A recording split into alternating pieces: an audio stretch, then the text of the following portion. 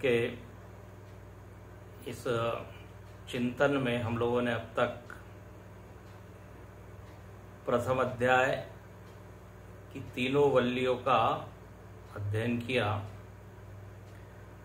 उसके बाद द्वितीय अध्याय की जो प्रथम वल्ली थी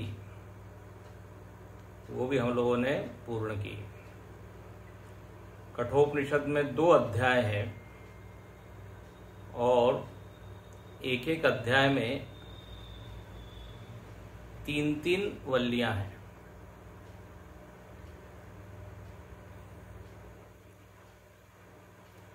आवाज आ रहा है? 3-3 वल्लियां हैं, तो कुल मिला के 6 वल्लियां हो जाती हैं। तो प्रथम वल्ली, जो प्रथम अध्याय की प्रथम वल्ली थी, उसमें अधिकारी का वर्णन हुआ नचिकेता के चरित्र से। फिर प्रथम अध्याय की द्वितीय वल्ली में 2 प्रकार के मार्गों का निरूपण हुआ, श्रेय और प्रेय, और उसमें एक की स्तुति की गई, एक की निंदा की गई। श्रेय मार्ग की स्तुति की गई और उसी वल्ली में नचिकेता ने प्रश्न किया था। हालांकि प्रथम वल्ली में उसने प्रश्न किया, लेकिन द्वितीय वल्ली में अलग शब्दों से अन्यत्र धर्मात् अन्यत्र अधर्मात् ये प्रश्न उसने किया। यमराज ने संक्षेप में वहां तत्व का वर्णन किया, न जायते म्रियते इत्यादि, और उसको प्रणव कहा, सर्वे वेदा यत्पदमावनन्ति। और फिर प्रथम अध्याय की जो तृतीय वल्ली थी उसमें हमने देखा रथ का एक रूपक यमराज प्रस्तुत करते हैं और वो साधन वल्ली आप कह सकते हैं। उसमें साधना बताई, उस रथ का क्या पथ है ये भी बताया, किस तरह से हमको ध्यान करना चाहिए, यच्छेद वांग मनसि प्राज्ञा इत्यादि। फिर द्वितीय अध्याय की जो प्रथम वल्ली थी, जो हमने पीछे पूर्ण की, उसमें आत्मा का वर्णन है,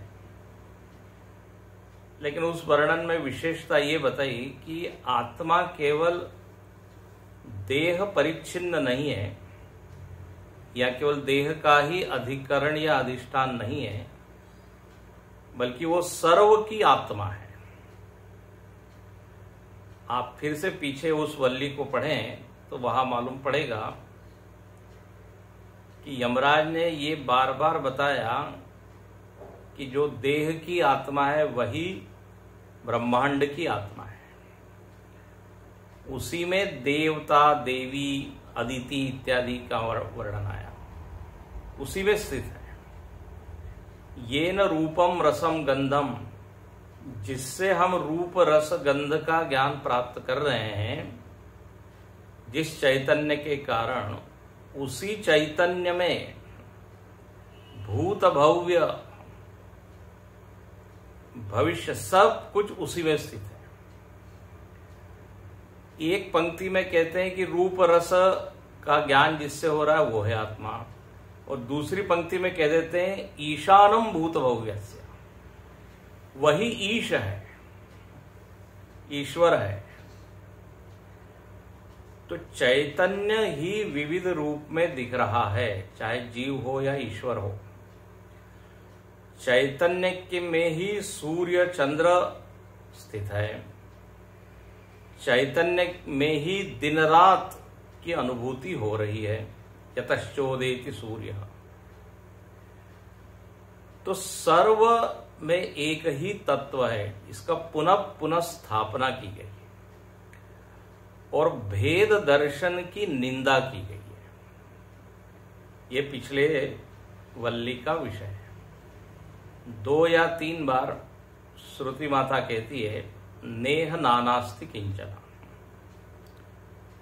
भेद दर्शन प्रमाण सिद्ध नहीं है, शास्त्र सिद्ध नहीं है, अविद्या सिद्ध है, अविद्यक है। पुनः पुनः हम लोगों को पीछे जाना चाहिए और उसको कहते हैं सिंहावलोकन करते रहना चाहिए, ताकि ज्ञान और पक्का होते चला जाए। अब हम प्रवेश करते हैं इस द्वितीय अध्याय की दूसरी वल्ली में। द्वितीय अध्याय की दूसरी वल्ली में क्या विषय है?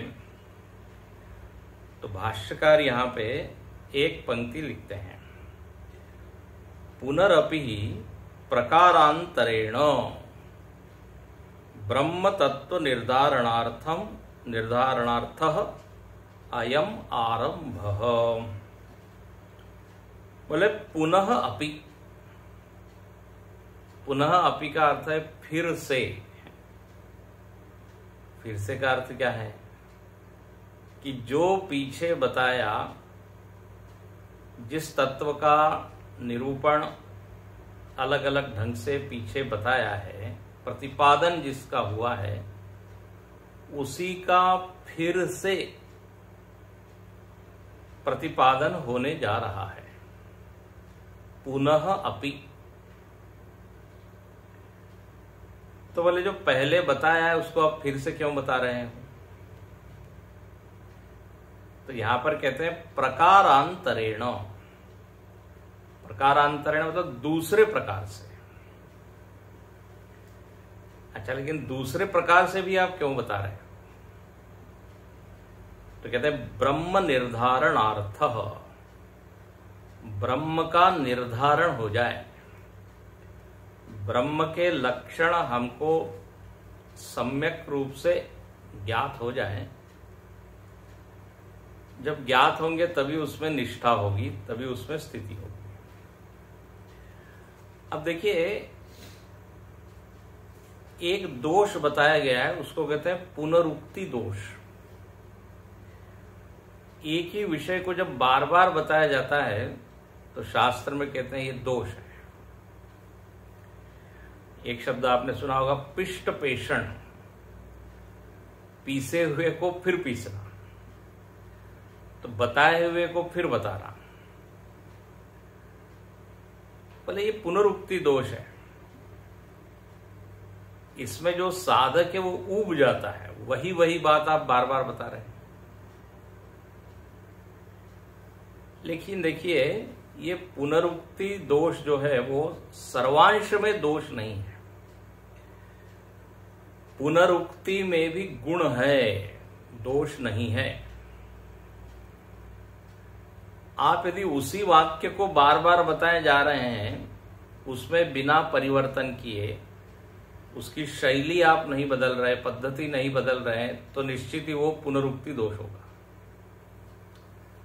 लेकिन यदि आप अलग ढंग से उसी तत्व के बारे में निरूपण कर रहे हैं, तो उसमें एक नावीन्य होता है, नवीनता होती है। इसलिए यहां पर भाष्यकार ने एक शब्द डाला है, प्रकारांतरेण, दूसरे प्रकार से। कई बार क्या होता है, साधक को एक ढंग से बताने में समझ में आता नहीं, तो उसी तत्व तो एक ही है, लेकिन उसको बताने की शैली या तरीका यदि अलग हो तो साधक को एकदम क्लिक होता है। हाँ बोले, अब समझ में आया। हालांकि ब्रह्म का ही निरूपण हुआ है, आत्मा का ही निरूपण हुआ है, लेकिन साधक को इस शैली से समझ में आता है, किसी को दूसरी शैली से। इसलिए पुनः पुनः उसी का निरूपण होता है, लेकिन प्रकारांतरेण। अब जैसे कहते हैं ना, एकम सत विप्रा बहुधा वदंती, सत के ही बारे में सारा गुणगान किया जा रहा है, वही किया जाएगा, कोई उसमें नई बात क्या आएगी। अब एक ब्रह्मचारी ने कहा, रोज आप एक ही सत्य बताते हो, ब्रह्म ब्रह्म, कोई दूसरा भी सत्य बताइए। दूसरा सत्य हो तो बताया जाए। हाँ, उसको बताने का ढंग, उदाहरण, ये सब अलग होता है और उससे श्रोता का हित ही होता है। कई बार देखिए, अनेक श्रोता है, अनेक शिष्य है, किसी को एक पद्धति से समझ में आता है, उसी सभा में दूसरा जो साधक बैठा है उसको दूसरी शैली समझ में आती है। तो पुनरुक्ति को दोष न माने। अच्छा, कई बार बार बार बताया जाता है तो एक उसका दूसरा भी अर्थ होता है। जो सिद्ध लोग होते हैं, जो ज्ञानी लोग होते हैं, वो उसमें रमण करते हैं, इसलिए वो फिर सुनना चाहते हैं, बोले सुनाइए फिर। उनको ज्ञान प्राप्त नहीं करना है, लेकिन उसमें विहार करते हैं। उपनिषदों में आप देखते हैं वही तत्व अलग शब्दों से बताया गया, पुराणों में भी आता है, वही कथा जो है बताई जाती है। तो किसके लिए? विहार के लिए। अब भगवान शंकर बार बार रामायण सुनने के लिए जाते हैं। अब क्या उनको रामायण मालूम नहीं है? लेकिन बोले आनंद आता है, मजा आता है। तो पुनरुक्ति का ये भी एक प्रयोजन है। आपने सुना होगा ना, कई बार कोई गाना अच्छा लगता है तो क्या बोलते हैं? Once more. तो वंस मोर क्यों? बोले थोड़ा और उसका रस लेना चाहते हैं। शेरो शायरी में भी होता है, इरशाद है ना, फिर से बोलिए, फिर से बोलिए। तो वहां पर तो वो आनंद का काम करता है, लेकिन नहीं तो ये बिल्कुल सही बात है, वही बात बार बार बताने से थोड़ा वाव हो जाता है। अब आप किसी मैच को देखिए और फिर से उसको देखिए तो वो उसमें मजा नहीं आएगा। और टेंशन का भी एक मजा होता है, लेकिन अब एक बार आपने रिजल्ट देख लिया, परिणाम, उसके बाद जब आप देखते हैं तो फीका लगता है।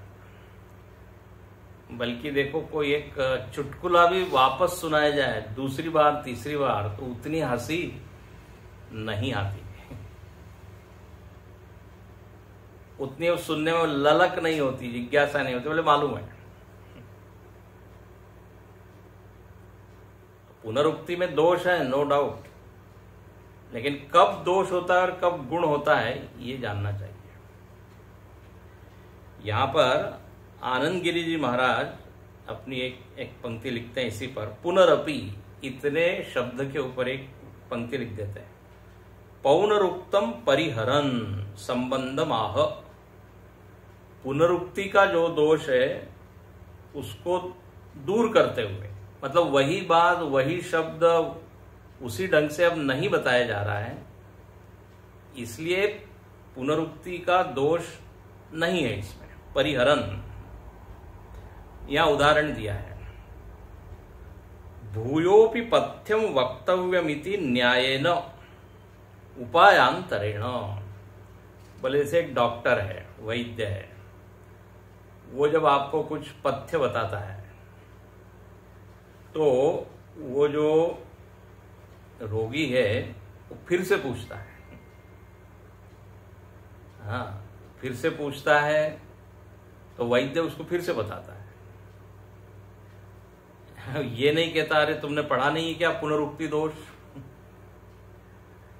चूंकि रोगी का हित फिर से बताने में है, पहले हो सकता है उसने कुछ मिस कर दिया हो, कुछ गलत समझ लिया हो, अस्पष्ट हो, तो यहां लिखते हैं भूयोपि पथ्यम वक्तव्यम, फिर से वो पथ्य जो है वो बताता है, तो उसमें कोई दोष नहीं। लोग देखते हैं, बोले अच्छा हो, बोले पक्का हो गया।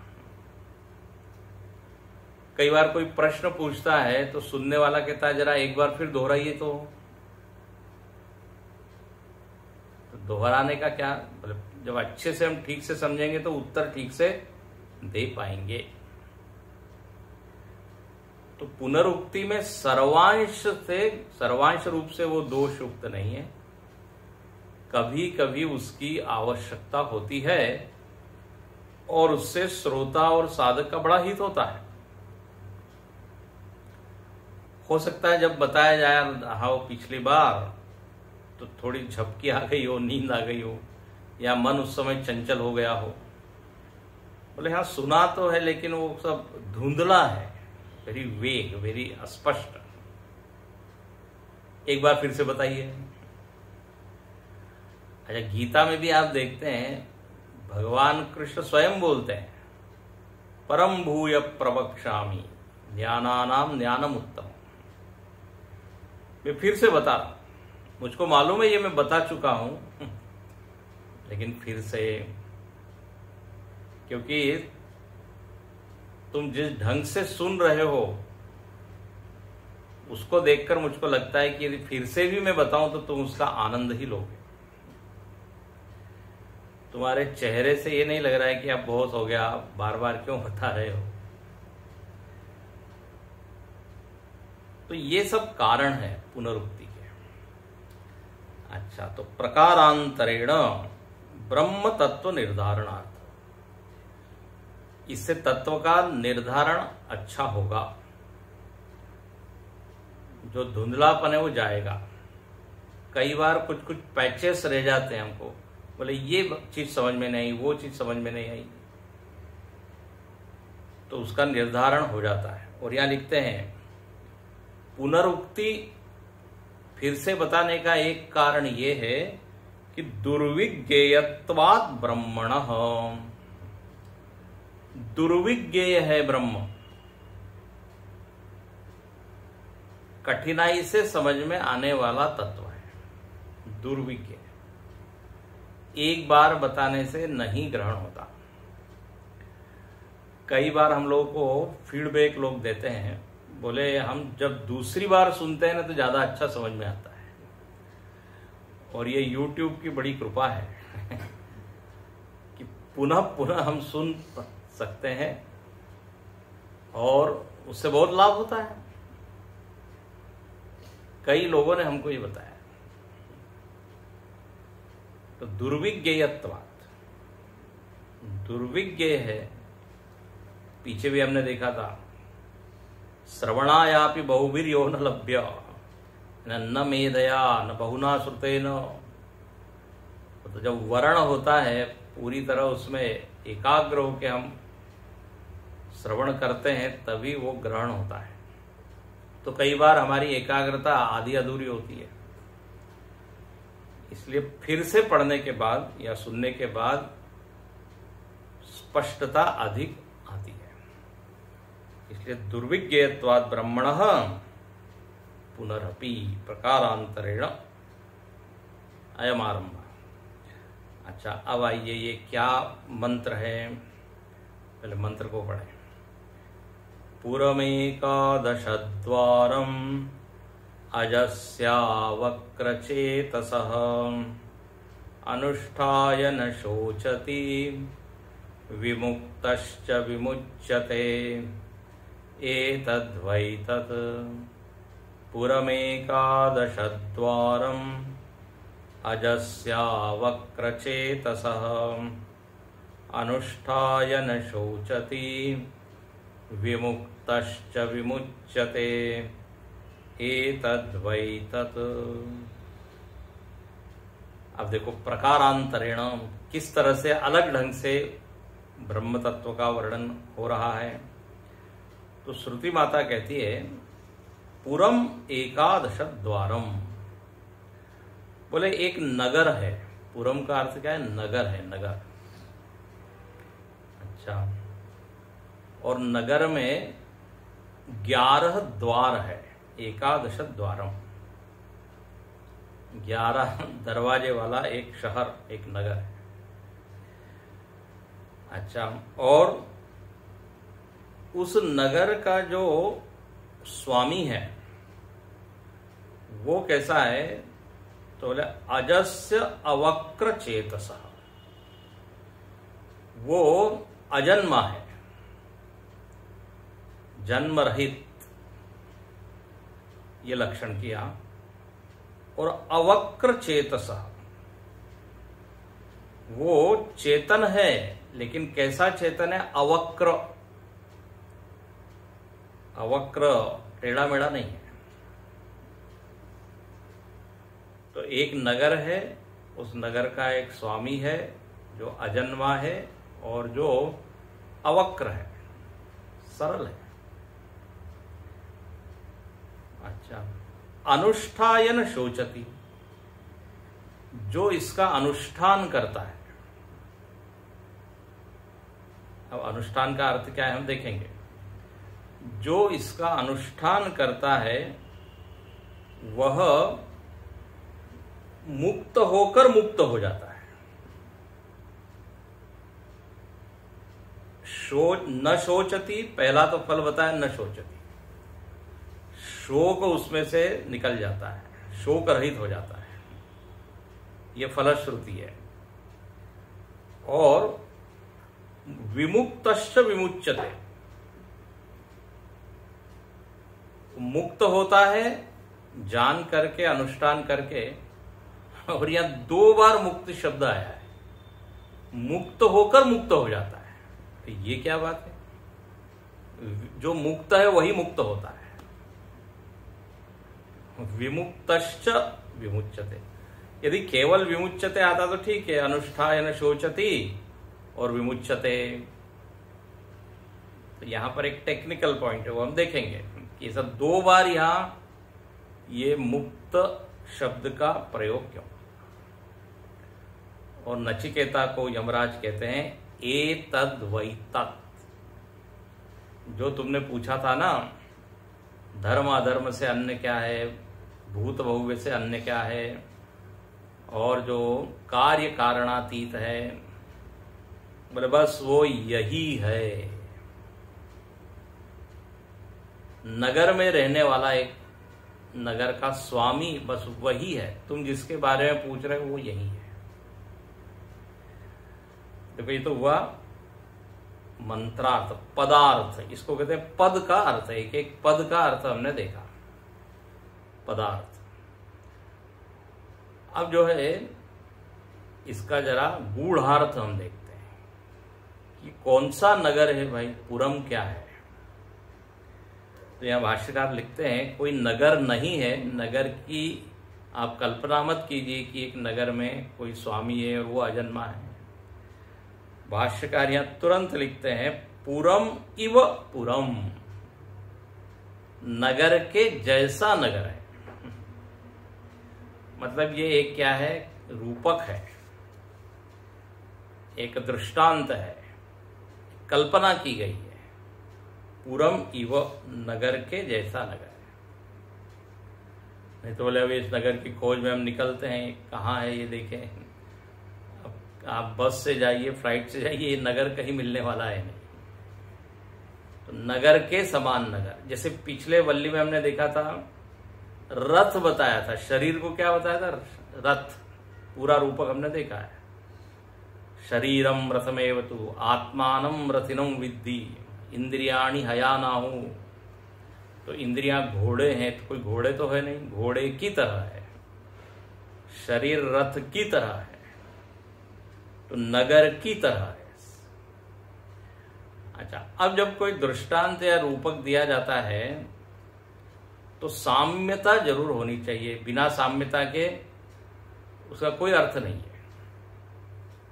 बोले नगर आप बोल रहे हो तो नगर के लक्षण इसमें घटते हैं क्या? बोले हाँ। कैसे? तो कहते हैं नगर में क्या होता है, द्वारपाल अधिष्ठात्रादि अनेक पूर्व उपकरण संपत्ति दर्शनात् शरीरम पुरम। बोले जब एक नगर होता है तो अनेक उपकरण होते हैं, उपकरण संपत्ति, ऐसा है शब्द दिया। यहां उपकरण का मतलब है, नगर में आप देखें तो नगर में अलग अलग विभाग होते हैं, तरह तरह के। एक नगर को चलाने के लिए देखिए कितने ऑफिसेस होते हैं ना, कोर्ट होती है, फिर पुलिस स्टेशन होते हैं, अलग अलग डिपार्टमेंट्स होते हैं, बाजार होता है, मार्केट, उसके बाद पढ़ाई के लिए स्कूल कॉलेजेस होते हैं, यूनिवर्सिटी होती है, ये सब उपकरण है। उसके बाद वस्तुओं को खरीदने के लिए, बेचने के लिए ना मार्केट होते हैं, एक बिजनेस हब होता है, मॉल होते हैं। उसके बाद मनोरंजन के लिए पार्क होते हैं, कोई थिएटर होता है, कोई क्लब होता है। नगर मतलब देखिए ये सब उसके घटक होते हैं। यहां लिखते हैं द्वारपाल अधिष्ठात्रा, द्वारपाल होते हैं।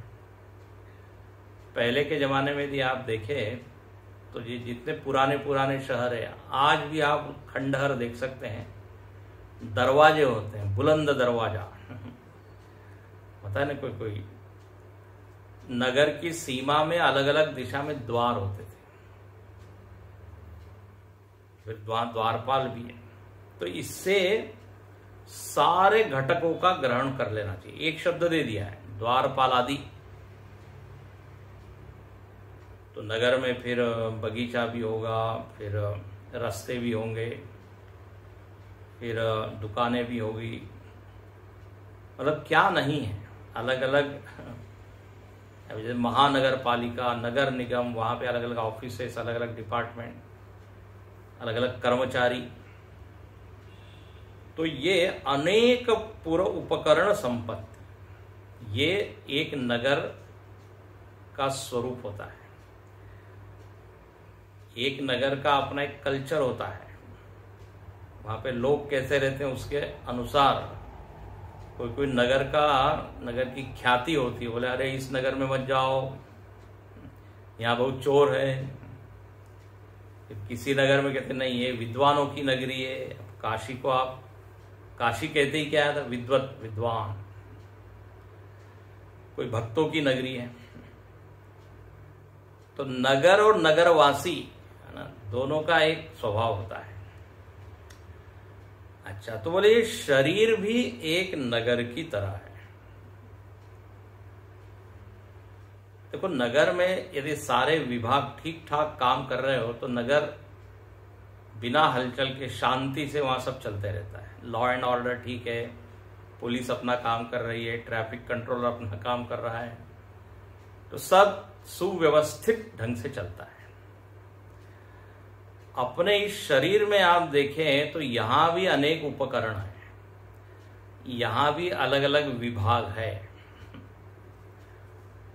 और ये सारे विभाग जैसे बाहर शहर में जुड़े रहते हैं, ऐसे ही यहां पर अब हार्ट का एक काम है, लीवर का एक काम है, किडनी का एक काम है, इंद्रियों का काम है। तो ये सब उपकरण है, और ये सब एक दूसरे को कोऑपरेट करते हुए, मदद करते हुए अपना काम कर रहे हैं, इसलिए शरीर स्वस्थ है। हालांकि ये नगर बड़ा कॉम्प्लिकेटेड है, इतना आसान नहीं है इसको पूरी तरह समझना। डॉक्टर लोग भी कहते हैं हम 5-6% समझ पाते हैं, बाकी तो भगवान भरोसे ही हम दवाई देते हैं कहते हैं ना, we treat and he cures. वही वास्तव में ठीक ठाक करता है, हम तो दवाई देते रहते हैं। अब आंख में समस्या है, कान में समस्या है, और दवाई हम गोली कहां ले रहे हैं, पेट में। अब देखो ये क्या सिस्टम है, ले रहे हैं ऑक्सीजन, छोड़ रहे हैं कार्बन डाइऑक्साइड। कैसा अंदर एक कन्वर्टर बैठा हुआ है। हमारा खून जो है वो शुद्ध होते रहता है। मतलब हम किस बात का अभिमान करें, ये सब होते रहता है। भोजन पेट में चला जाता है, पचता है, पचने के लिए कोई हमको कुछ अलग से समय निकालना नहीं पड़ता कि अब मैं जरा पचा लेता हूं फिर आता हूं। तो पूरा नगर है ये, इसलिए यहां लिखते पुरम इवो। और यहां लिखते पुरम च स उपकरणम स्वात्मना असंवत स्वतंत्र स्वाम्यर्थम दृष्टम। ये पंक्ति बहुत ही महत्व की है। बोले इस नगर में होता क्या है, पहले के जमाने में नगर का कोई एक स्वामी होता था, जैसे राज्य का एक राजा होता था। आगे स्वयं भाष्यकार लिखते हैं। तो अब यहां पे एक बहुत विशेष पॉइंट बताया कि ये जो पूरा नगर जो काम कर रहा है, सारी इंद्रियां, अंतःकरण, प्राण, बोले किसके लिए काम कर रहा है? हाथ हाथ के लिए काम कर रहा है, पैर पैर के लिए कर रहा है। उपकरण तो बहुत है, लेकिन यहां लिखते हैं स्वात्मना असंहत। हाँ, अपने लिए नहीं कर रहा है, बल्कि एक असंहत वस्तु है। असंहत का अर्थ होता है जो इस नगर का भाग नहीं है। अब ये शब्द आपने पहले सुना होगा, संहत मतलब होता है संघात, असेंबलेज, एक संगठन। जब भी ये संघात होता है तो संघात का जो एक स्वामी होता है उसके लिए पूरा संघात काम करता है। ये केनोपनिषद में बहुत बढ़िया से भाष्यकार ने वहां बताया है, संघातस्य परार्थत्वात्। संघात कभी भी स्वार्थ के लिए नहीं होता, स्व के लिए नहीं होता। असंहत मतलब उस संघात से अलग एक घटक है, वो उसका स्वामी है। स्वाम्यर्थम दृष्टम, स्वामी के लिए देखा जाता है। और वो स्वामी कैसा है? असंहत स्वतंत्र।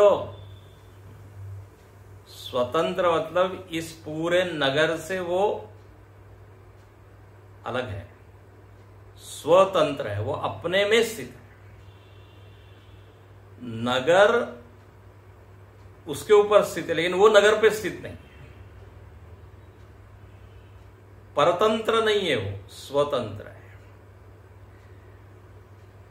इसको होता है विना भाव, एक होता है अविना भाव, विना भाव, जिसके बिना वो चीज न रहे। तो इस स्वामी के बिना ये नगर नहीं रहता, मतलब स्वामी के अधीन, नगर की अधीनता उसके लिए नहीं। हाँ, लेकिन यदि नगर को ठीक ठाक व्यवस्थित सुचारू रूप से कार्य करना है तो ये स्वामी की आवश्यकता है। माइनस स्वामी ये नगर मूर्त हो जाता है।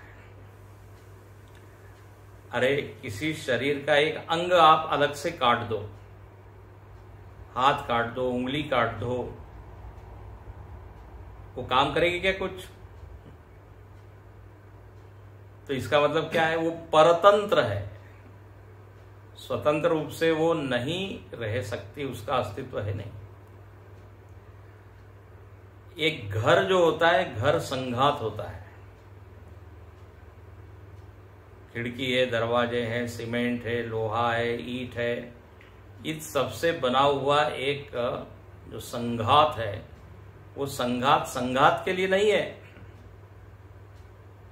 ईंट ईंट के लिए नहीं है, दरवाजा दरवाजे के लिए नहीं है, बल्कि उसमें रहने वाले के लिए, गृहस्थ स्वामी के लिए है। अब आप देख सकते हैं जब वो गृहस्थ स्वामी नहीं रहता तो वो जो दरवाजे खिड़कियां हैं खंडहर में बदल जाते हैं, और एक एक आप देखेंगे 2-4 साल में कोई दरवाजा ले गया, कोई खिड़की ले गया। हाँ, इसका मतलब ये कि वो संघात जिसके कारण उसमें एक क्या तेजस्विता थी, उसमें शोभा थी, सुंदरता थी, वो नहीं रहा। तो स्वाम्यर्थम, देखिए श्रुति ने क्या सुंदर वर्णन किया। तो बोले असंवत जो घटक है ही नहीं इसमें, मतलब इससे साफ सिद्ध है कि जो आत्म चैतन्य है वो स्थूल शरीर का भाग नहीं है, सूक्ष्म शरीर का भी भाग नहीं है। अब ये श्रुति स्वयं कह रही है। तो स्वतंत्र स्वाम्यर्थम दृष्टम तथा इदम, बोले जैसे नगर का एक स्वामी होता है, कई बार होता है पूरे नगर का नगर जो है वो खत्म हो जाता है। कई बार होता है ना, कोई कोई ऑफिसेस ट्रांसफर हो जाते हैं तो उस नगर की सुंदरता नहीं रहती, उस नगर की जो शोभा है, जो चमक है। अब आप कल्पना कीजिए दिल्ली में से यदि पार्लियामेंट और सारे ऑफिसेस हटा दिया जाए तो वो जो दिल्ली का सौंदर्य है वो नहीं रहेगा। मतलब जो लोग बार बार वहां भाग रहे हैं अब उधर नहीं भागेंगे। तो कोई एक है, इसलिए वो भज गोविंदम में लिख दिया कि जब तक वो है तब तक तो शरीर बड़ा सुंदर है, वो न रहने से यही शहर भयावह हो जाता है, उस ओर देखने की भी इच्छा नहीं होती। तो एक नगर स्वामी है, इसलिए यहां लिखते हैं तथा इदम पुरस्सामान्यात् अनेक उपकरण संहत शरीरम स्वात्मना असंहत राजस्थानीय स्वाम्यर्थम भवितुम अर्हति। बोले ये ऐसा होना ही चाहिए, भवितुम अर्हति। बोले ये शरीर चूंकि एक संघात है तो संघात संघात के लिए नहीं होता, उससे कोई अलग होना ही चाहिए, तर्क की मांग है। राजस्थानीय, ये राजस्थानी मतलब राजा के स्थान पर ये स्वामी है। राजस्थानी मतलब प्रदेश का नाम नहीं लिया जा रहा है, राजा के स्थान पर ये स्वामी है। तो बोले तो नगर है और एक नगर का स्वामी है, ठीक है। तो इससे भिन्न कोई होना ही चाहिए, भवितुम अर्हति। अब मतलब ये आंखें आंख के लिए नहीं काम कर रही है, आंख मेरे लिए काम कर रही है, कान मेरे लिए काम कर रहे हैं। कई जगह लिखा भागवत इत्यादि में ये पांचों इंद्रियां मानो की दासियां हैं। हाँ, ये दौड़ दौड़ के आत्मदेव के लिए काम कर रही है। तो ये तो बात हो गई। अब कहते हैं ये जो आप कह रहे हैं ये नगर है और इसमें 11 द्वार है। जो इसका स्वामी है, जो उससे अलग है, जिस शहर में वो रह रहा है वो 11 दरवाजे वाला है। तो 11 दरवाजे क्या है? तच्च इदम शरीर आख्यम पुरम, ये शरीर नाम का जो पुर है, नगर है, 11 द्वारम। श्रुति ने कहा 11 द्वार। तो कौन से 11 द्वार हैं? तो सुनिए, 11 द्वाराणि अस्य। अब देखिए भाष्य की जरूरत यही पड़ती है। श्रुति ने तो लिख दिया 11 द्वार, अब आप ढूंढते रहिए कौन से 11 द्वार दरवाजे। यदि भाष्य नहीं होता तो, इसलिए भाष्यकार ने बड़ी कृपा की है। सप्त शीर्षाण्यानी, बोले 7 दरवाजे तो सिर पर ही है। सिर पर मतलब मस्तक पर। 2 आंख, अब आंख को एक नहीं गिना, 2, क्योंकि छिद्र है ना 2, तो 2 द्वार है। तो बोले 2 नेत्र, 2 कर्णेंद्रिय, कर्णेंद्रिय 1 है लेकिन गोलक 2 है, तो गणना हो गई 2 में। 2 और 2 4। नासिका, उसमें 2 है। और मुख, तो नाभ्या सह अर्वांची त्रीणी शिरसी एकम तैहि 11 द्वार।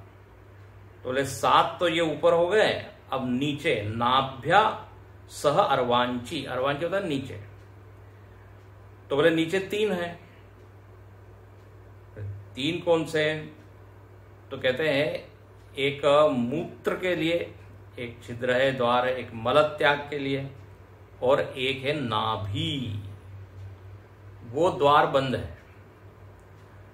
जब तक वो शिशु गर्भ में होता है वो द्वार काम करता है ना, माता जो भी अन्न लेती है फिर उसमें से जाता है, बालक का पोषण होता है। जन्म लेने के बाद वो द्वार बंद। तो नाभि तो हो गए नीचे 3। बोले हमने तो नवद्वार सुना था, नवद्वारे पूरे देही। हाँ तो बोले अब उसमें और एडिशन भी है जोड़ लीजिए ये भी। दोनों ही शास्त्र ने कहा है, तो एक गलत है एक सही है ऐसा नहीं है, बल्कि उसमें थोड़ा और, जिसने थोड़ा कम कहा है जोड़ना पड़ेगा। तो ये 3, बल्कि एक और बता देते हैं, एक 12वां दरवाजा भी है। वो कौन सा है? वो है ब्रह्मरंध्र, बिल्कुल सिर के ऊपर। वो तो बिल्कुल राजद्वार है। योगी लोग उस द्वार से अपने प्राण छोड़ते हैं। वो सब लोगों के लिए वो खुलता नहीं है। वो आगे इसके बारे में और आएगा और देखेंगे। तो 11 द्वारम हो गया। तो 3 ऊपर 3 नीचे है, 7 ऊपर है। सप्त शीर्षाणी सह अर्वाणी त्रीणी। हाँ यहां पे आया ही है, शिरसी एकम, करेक्ट। 7 और 3 10 और 1 11 बराबर।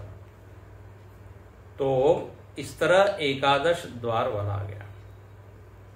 अब कहते हैं यहां तक तो आपने नगर का वर्णन किया, अब जो नगर का स्वामी है उसका भी तो वर्णन कीजिए। उसका वर्णन क्या किया? तो श्रुति क्या कहती है? अजस्य। देखिए कस्य, किसका ये नगर है? तो बोले अस्य। कस्य तो बोले अजस्य, जिसका ये नगर है वो है अज। बस श्रुति ने केवल एक शब्द, 2 शब्द दिए हैं, अज और अविक्रिय अवक्र चेतस, 2 शब्द दिए हैं उसके लिए। अच्छा तो अज मतलब क्या? तो यहां भाष्यकार कहते हैं जन्मादि विक्रिया रहितस्य आत्मनः। अधिक यहां पहली बार आत्मा शब्द का प्रयोग किया। बोले ये जो पुर का स्वामी है वो जन्मादि विक्रिया से रहित है। श्रुति ने अज शब्द दिया, इसके ऊपर भाष्य किया जन्मादि विक्रिया। अब जन्मादि का अर्थ है, इसके 2 अर्थ है। सारे विकारों में जो पहला विकार है वो है जन्म। आदि शब्द का से क्या लेने, क्या अर्थ लेंगे? पहला विकार। जन्म आदि मतलब बहुत सारे उसमें विकार हैं, लेकिन पहला जो विकार है वो है जन्म। बोले वो जिसमें नहीं है। ये तो एक अर्थ हुआ आदि शब्द का। अच्छा आदि का दूसरा अर्थ क्या है जो हम सब जानते हैं? एटसेट्रा। तो जन्म आदि मतलब जन्म, फिर उसमें वृद्धि, फिर उसमें रोग, फिर अपक्षय, वृद्धावस्था। तो ये जो षड विकार है वो षड विकार जिसमें नहीं है। तो जन्म जिसका पहला विकार है, ऐसा जो शरीर है वो शरीर नहीं है, वो तो अजन्मा है। विक्रियादि विक्रिया रहितस्य, विक्रिया मतलब विकार, और विकार का अर्थ होता है एक अवस्था से दूसरी अवस्था में जाना। तो बोले ये जिसमें नहीं है।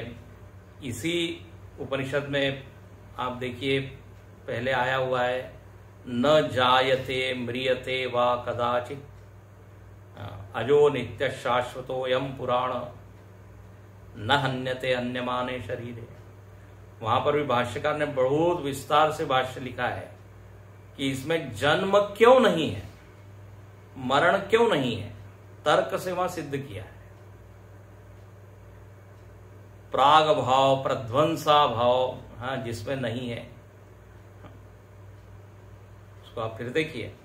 तो ये पुरस्वामी जो है वो अजन्मा है। ठीक हो गया। और ये कैसा है? राजस्थानीयस्य पुरधर्म विलक्षणस्य, बहुत ही सुंदर। बोले पुरधर्म से विलक्षण मतलब पुरधर्म के जो धर्म है वो धर्म इसमें लागू नहीं होते, विलक्षण है, उससे विपरीत या अलग लक्षण वाला जो है वो ये आत्मदेव है। ओहो, अब देखो हो गया ना प्रकारांतर से उसी का वर्णन। एक नगर का तो वर्णन पहले आया नहीं था, यहां दिखाना ये चाह रहे हैं कि जिसकी आप कल्पना करते हो कि एक तत्व है, एक चैतन्य है, एक ब्रह्म है जो कहीं है, ब्रह्म कहते ही एक परोक्षता का ही भाव आता है अपने। उस परोक्षता के भाव को खंडित करने के लिए श्रुति ने यहां ये पुर का वो स्वामी है इस रूप में वर्णन किया। अरे बोले बताओ यही है, यस, यही आत्मा है, ही वो ब्रह्म है, यस। हो गया प्रकारांतर से वर्णन। अभी तो काफी आने वाला है आगे। फिर यहां लिखते हैं दूसरा लक्षण क्या है भाई इस नगर का जो स्वामी है उसका, तो अवक्र चेतस। अवक्र चेतस, इसका जो विज्ञान है, ज्ञान है, वो टेढ़ा मेढ़ा नहीं है। तो भाष्यकार ने बहुत ही अच्छी पंक्ति लिखी, अवक्रम अकुटिलम। अवक्रम का अर्थ क्या? अकुटिल। कुटिल का क्या अर्थ होता है? जो टेढ़ा मेढ़ा चले ना। सामान्यतः है ना व्यवहार में हम बोलते हैं ये व्यक्ति बड़ा कुटिल है। मतलब क्या है? मन में कुछ रखता है, वाणी में कुछ बोलता है, मुंह में राम, क्या बगल में छुरी। कपट है इसके हृदय में। कुटिल, शकुनी को कहते कुटिल। तो जो धोखा देता है, जिसकी चाल जो है, जिसकी सोच, जिसका स्वभाव सीधा नहीं है, तो क्या बोलते हैं? कुटिल। अब देखो यहां पर कुटिल शब्द का अर्थ क्या है? आत्मा अकुटिल है, मतलब क्या है? आत्मा अकुटिल है, इसका अर्थ है अवक्र है। तो भाष्यकार इसका बहुत ही अच्छा वर्णन करते हैं। देखो कुटिलता दो प्रकार की है। ये जो व्यवहार की जो कुटिलता है ना, वो यहां नहीं बताई जा रही, जो अभी हमने बताई। कपट वो अर्थ नहीं है यहां पे, क्योंकि आत्मा में तो ये गुण होता नहीं ना। क्योंकि आत्मा तो गुण दोष से परे है, वो सद्गुण दुर्गुणों से परे हैं। तो उसमें कहां से कुटिलता अकुटिलता, इसकी चर्चा कहां से करेंगे? ध्यान से सुनना। तो अवक्र का अर्थ है अकुटिल, और अकुटिल का अर्थ क्या है? तो यहां लिखते हैं आदित्य प्रकाशवत नित्यमेव अवस्थितम एक रूपम चेता। ये अर्थ है। मतलब जिसका ज्ञान, जिसकी चेतना एक रस है, एक रूप है। और उदाहरण क्या दिया? आदित्यवत। जैसे सूर्य नित्य प्रकाश रूप है, कभी अंधेरा हो गया उसमें, कभी प्रकाश हो गया, कभी मंद हो गया, ऐसा नहीं है। कैसा है? तो बोले नित्य प्रकाश। ऐसे ये जो आत्म चैतन्य है, आत्मदेव है, इनकी चेतना में कोई टेढ़ापन नहीं है, कुटिलता नहीं है, वक्रता नहीं है। मतलब क्या? एक रूपता है, एक रस है। अब देखिए जैसे बुद्धि में जो ज्ञान है वो एक रूप नहीं है। बुद्धि का जो ज्ञान है वो वक्र है। हाँ, कभी मंदता है, कभी तेजस्विता है, कभी हमको समझ में आता है, कभी समझ में नहीं आता। और बुद्धि में जो वृत्तियां हैं, जिसमें कि ज्ञान है, वह हर क्षण नया नया रूप लेती रहती। घटाकार, पटाकार, मठाकार, उसमें नित्य प्रकाश रूप नहीं है, वो प्रवाही प्रकाश रूप है। चलो ये बोल दीजिए, प्रकाश है उसमें, लेकिन वो कम ज्यादा होने वाला है, उसमें तरतम भाव है। बुद्धि तरह तरह के आकार लेती रहती है। आकार यदि अच्छे से बन गया तो उनके तो समझ में आ गया, नहीं बना तो बोले नहीं समझ में आया। तो नित्य प्रकाश रूप नहीं है वो, तो अकुटिल नहीं है, अवक्र नहीं है। लेकिन जो साक्षी है, जो आत्मदेव है, वो एक ढंग से हमेशा सारे वृत्तियों को, सारे विषयों को प्रकाशित कर रहे हैं। अब देखिए, यदि दर्शन के हिसाब से आप जरा बताएं तो बौद्ध दर्शन में आत्मा को क्षण प्रध्वंसी माना गया, प्रवाही माना गया। बोले उसकी जो चेतना है वो प्रवाहमान है, एक रस नहीं है। इसलिए उनका जो उदाहरण है, उनका उदाहरण है दीप शिखा।